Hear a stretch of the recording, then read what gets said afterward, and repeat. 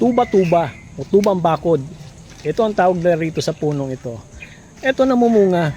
Pag hilaw, kulay green. Pag hinog, kulay dilaw. At pag talagang tuyo na, kulay brown. Ito ang nangyari sa kanya. Sa Ingles, ang tawag nila rito jatropha. Isang klase ng puno. Nakakahilo ito. Huwag niyo susubukan kainin dahil ito ay nakakalason. Ang bunga nito, may mga nuts kasi siya, may mga seed sa loob. Ito para mapakinabangan, ine-extract nila yung langis na nakukuha dito. Ginagawang fuel additives sa diesel, sa gas. Yan ang kanyang gamit. Pero hindi lang yon.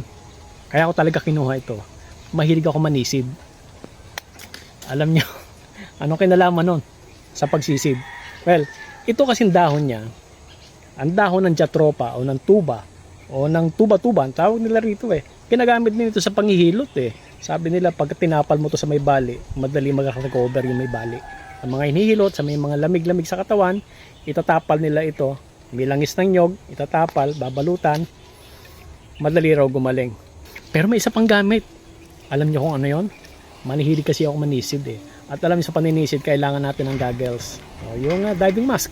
Sa diving mask kasi, lumalabo yung nagiging cloudy. Mahirap ka makakita sa ilalim ng tubig pagka hindi mo nilinisan. Isa sa panlinis, pinaka-effective na panlinis, dahon ng tuba. Ikukuskus mo lang siya doon sa salamin, kuskus mo lang siya sa harap, sa likod, panlawan mo, boyla, malinaw na yung salamin. Ito kasi may property, kagaya nito, ginagamit sa fuel, may langis kasing content ito. Parang nag-a-act siya as surfactant. Pinaghihiwalay niya yung langis doon sa pinaka-salamin. Yun ang trabaho ng surfactant na may property ang dahon na ito.